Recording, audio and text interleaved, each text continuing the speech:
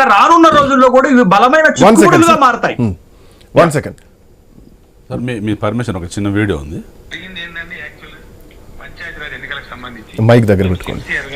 Assembly ఎన్నికలకు ముందే పంచాయతీ ఎన్నికలు పెట్టే ప్రయత్నం మేము చేసినాం.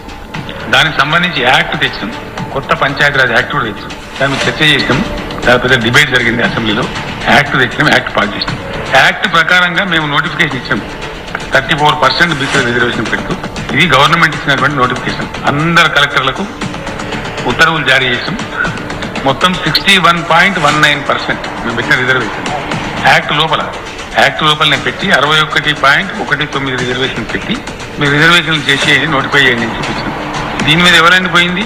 స్వప్నారెడ్డి అని కాంగ్రెస్ పార్టీ సర్పంచ్ రంగారెడ్డి జిల్లా, గోపాల్ రెడ్డి అని చెప్పి సర్పంచుల సంఘం తరఫున కాంగ్రెస్ పార్టీ నాయకుడు. వీళ్ళు హైకోర్టుకు పోయింది. 50% ఉండాలి, రిజర్వేషన్ 50% మించి ఉండద్దు అని కోర్టుకు పోయిందే కాంగ్రెస్ పార్టీ. అప్పుడు వాళ్ళు కూటమిలో ఉన్నారు, కూటమి కడుతున్నారు.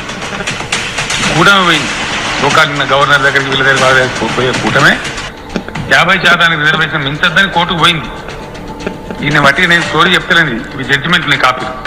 ఇవన్నీ ఎవరు పోయినరు, చేసిన వాళ్ళు ఎవరు, జడ్జిమెంట్ ఎట్లా వచ్చినాయి, దాన్ని హైకోర్టు కొట్టేసింది.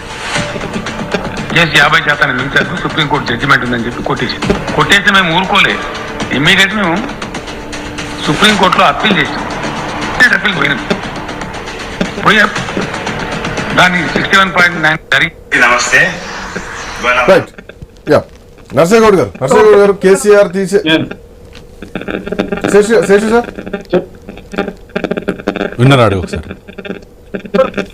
సమ్ డిస్టర్బెన్స్ వస్తుంది పీసీఆర్ ఎక్కడి నుంచి. నర్సయ్య గౌడ్ ఒక్కసారి మ్యూట్ చేయరా Narsaiah Goud, don't mind, disturbance వస్తుంది మీ దగ్గర. Yeah okay Seshu sir please continue. ఆంబోజన్న పర్మిషన్ ఇస్తే ఇంటర్వ్యూన్ అవుతాను. Okay sir, okay.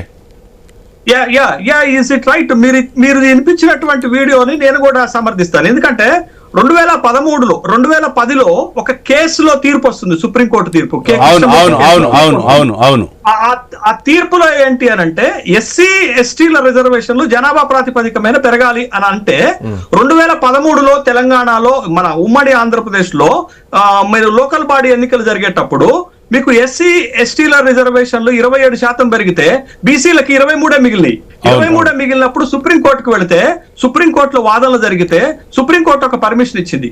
ఈ ఒక్కసారికి 34% రిజర్వేషన్లతోటి మీరు ఎన్నికలు జరుపుకోండి అన్నారు. అంటే 2013లో సుప్రీంకోర్టు తీర్పు ఉంది కదా. 2018లో కూడా తెలంగాణ పంచాయతీరాజ్ చట్టం చేసేటప్పుడు కేసీఆర్ చేసింది ఇదే. కేసీఆర్ ఏం చేశారు, బీసీల రిజర్వేషన్ 34% పోతుందని ఏం చేశారంటే మళ్ళీ కొత్త బిల్లు పెట్టారు. ఏం పెట్టారు? 34% బీసీల రిజర్వేషన్, 27% ఎస్సీ ఎస్టీల రిజర్వేషన్, అంటే 61% రిజర్వేషన్.